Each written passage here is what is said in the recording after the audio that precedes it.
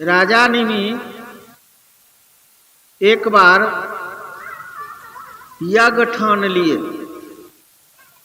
और यज्ञ संपन्न कराने के लिए वशिष्ठ जी को निमंत्रण दिए थे।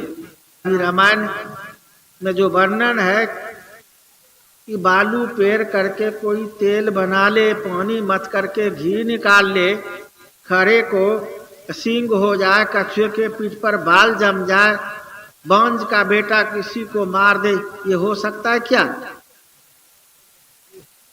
हो सकता है।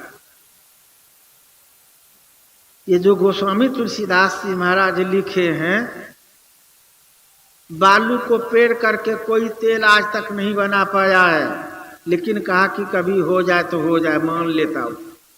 पानी को मत करके भी घी निकाल ले तो निकाल ले। वही मैं कह रहा था कि ये हो सकता है। आप लोग कहेंगे कि नहीं, क्यों नहीं? ये भी हो सकता है। ये पावर संत को है, अनहोनी को होनी करके दिखा सकते हैं। गोरक्षनाथ का नाम सुने? गोरखनाथ कहाँ से पैदा हुए थे, इस बात को जानते हैं ना? संत में वो पावर है, केवल भस्म दिया और कहा कि इससे बालक जन्म होगा। वो माँ भस्म नहीं खाई, गोबर में फेंक दिया, तो गोबर में वो बच्चा हो गया और गोबर से निकला था, इसलिए उनका नाम गोरक्षनाथ हुआ। ये अनहोनी नहीं बुझा रहा है। गोबर से कहीं बालक होगा, लेकिन संत चाहेंगे तो हो जाएगा। होगा कि नहीं? इस तरह का सब कोई मां के गर्भ में कई महीना रहते हैं, कई महीना, 9 महीना कहिएगा, लेकिन सुखदेव मुनि 12 साल रह गया था। यह अनहोनी नहीं बुझा रहा है। और सुखदेव मुनि नहीं, केवल लाओत्से से चीन के महात्मा हुए, ये 87 साल मां के गर्भ में रह गए थे। तो महापुरुष लोग ऐसा कर सकते हैं, अनहोनी को होनी। महापुरुष में वो करामत है, इसीलिए कोई भी आश्चर्य की बात ही नहीं है। रामायण में जो भी पंक्ति है दुरुस्त है, समझने के लिए ज्ञान चाहिए। तो वही मैं कह रहा था, राजा निमि मिथिला का राजा था और यज्ञ ठान लिया था। यज्ञ संपन्न कराने का निमंत्रण वशिष्ठ जी को दिए थे। जब वशिष्ठ जी के पास निमंत्रण देने के लिए गए थे राजा नेमि, तो वशिष्ठ जी उस समय कहते हैं कि राजन, जिस समय आप यज्ञ संपन्न करने के लिए कह रहे हैं, उस समय का यज्ञ हम पहले यज्ञ का निमंत्रण स्वीकार कर लिए हैं। देवता लोगों के यहाँ हमको यज्ञ संपन्न कराने का निमंत्रण है, हम पहले स्वीकार कर लिए। तो एक समय में कैसे दोनों का होगा? एक काम कीजिए, हम वहाँ का देवी देवताओं का यज्ञ समाप्त करा करके और डायरेक्ट आपके यहाँ आकर के यज्ञ संपन्न करा देंगे। वशिष्ठ जी इस तरह से कह दिए थे।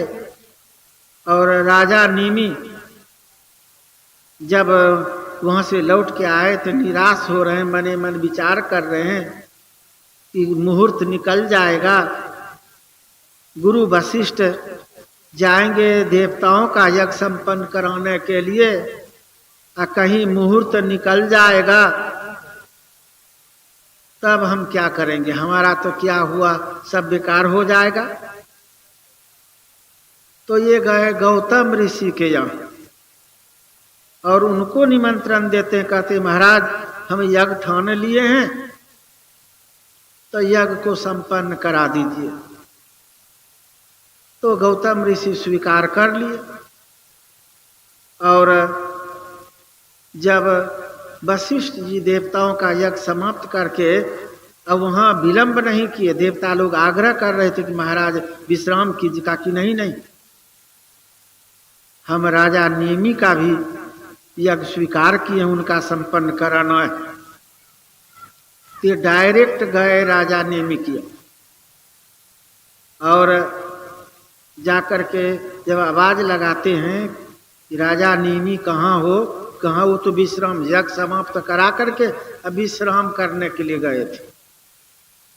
उनका यज्ञ गौतम ऋषि संपन्न करा दिए थे।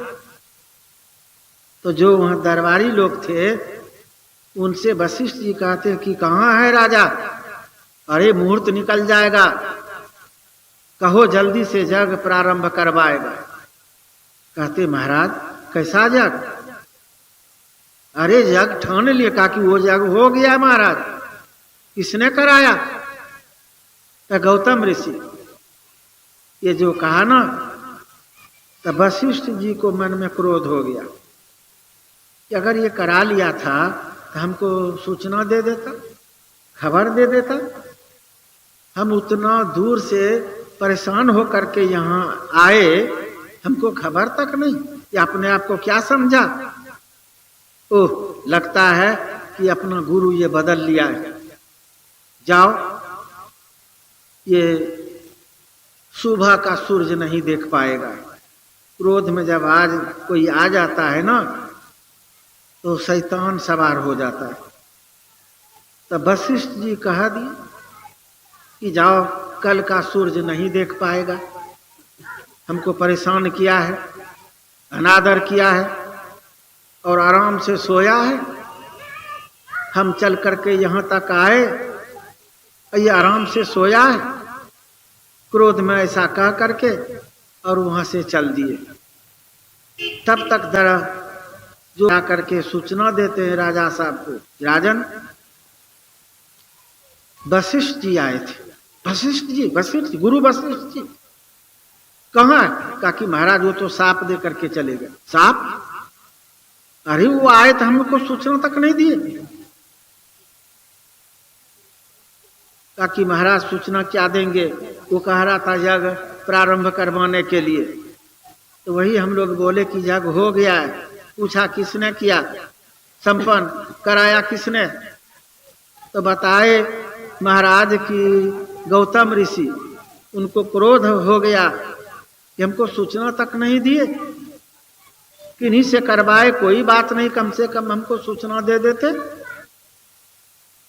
तो साप दे दिया महाराज की कल का सूरज नहीं देख पाएगा। अब तो कोई उपाय था ही नहीं। वास्तव में दूसरे दिन राजा नेमी का शरीर छूट गया। कौन बच सकता है ऐसे महापुरुष के साप से? अब तो हाहाकार मच गया राज्य में। और वो राजा था नौजवान ही संतान, उनके यहाँ अभी एक भी संतान नहीं जन्म लिया था। अब राजपाट कैसे चलेगा, इनका तो वंश ही समाप्त हो गया। सबको समाचार मालूम हुआ, गौतम ऋषि को भी। सबको बुलाए, आए सब और आपस में सब विचार किए। कब जो होने का था वो तो हो गया, आखिर में इस राज का क्या होगा, इसका वंश नहीं है, अब राज चलेगा कैसे? तो संत महापुरुष लोग विचार किए, इनका वंश समाप्त नहीं हो और इनका राजकाज चलता रहे। क्या किया, एक बक्सा बनवाया और मृतक शरीर, राजा नेमी के मृतक शरीर को उस बक्सा में रख करके और उस बक्सा में दूध भरवाया और सब संत महापुरुष लोग उसी के शरीर पर दूध भर करके और मंथन किया। जब मंथन किया तो मृतक शरीर से दूध के साथ जो मंथन किया ये महापुरुष लोग, संत महापुरुष लोग, उससे एक युवक उत्पन्न हुआ जिसका नाम हुआ मिथि। और उसी मिथि के नाम से ये मिथिला हुआ।